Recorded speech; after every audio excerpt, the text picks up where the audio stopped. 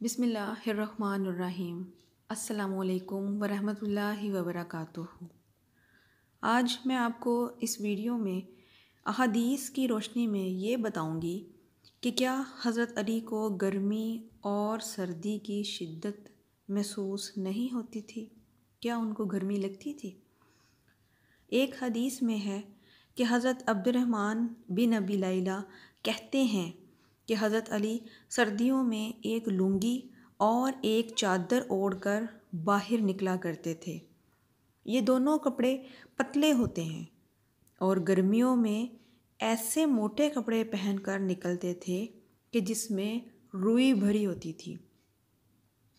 حضرت عبد الرحمن کہتے ہیں کہ لوگوں نے مجھ سے کہا، آپ کے ابا جان رات کو حضرت علی سے باتیں کرتے ہیں، آپ اپنے ابا جان سے کہیں کہ وہ حضرت علی سے اس بارے میں پوچھیں۔ میں نے اپنے والد سے کہا کہ لوگوں نے مولا علی کا ایک ایسا کام دیکھا ہے جس سے وہ حیران ہیں۔ میرے والد نے کہا، وہ کیا ہے؟ میں نے کہا، حضرت امیر المومنین گرمی میں روئی والے موٹے کپڑے پہن کر باہر آتے ہیں اور انہیں گرمی کی کوئی پرواہ نہیں ہوتی، اور سخت سردی میں پتلے کپڑوں میں باہر آتے ہیں، نہ انہیں سردی کی کوئی پرواہ ہوتی ہے اور نہ ہی گرمی کی۔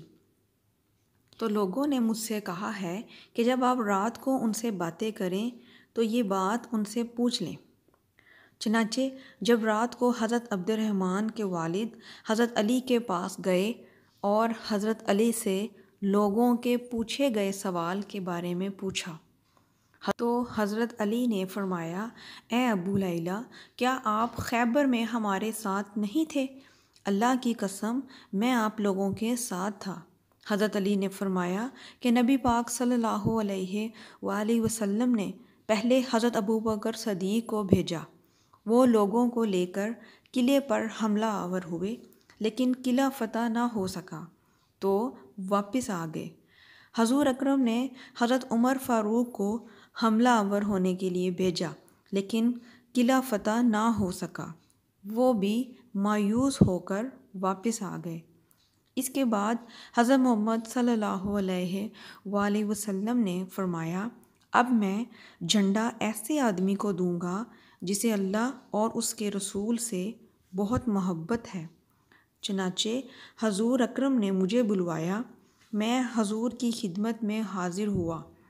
میری آنکھیں دکھ رہی تھیں، مجھے کچھ ٹھیک سے نظر نہیں آ رہا تھا، اور نبی پاک صلی اللہ علیہ وآلہ وسلم نے میری آنکھوں پر اپنا لعاب لگایا اور یہ دعا کی، اے اللہ گرمی اور سردی سے اس کی حفاظت فرما۔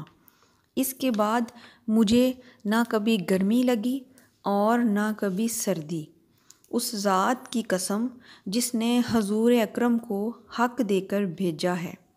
اس کے بعد سے آج تک سردی اور گرمی نے مجھے کبھی تکلیف نہیں پہنچائی۔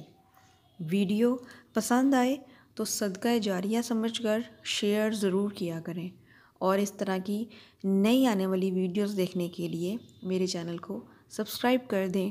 شکریہ۔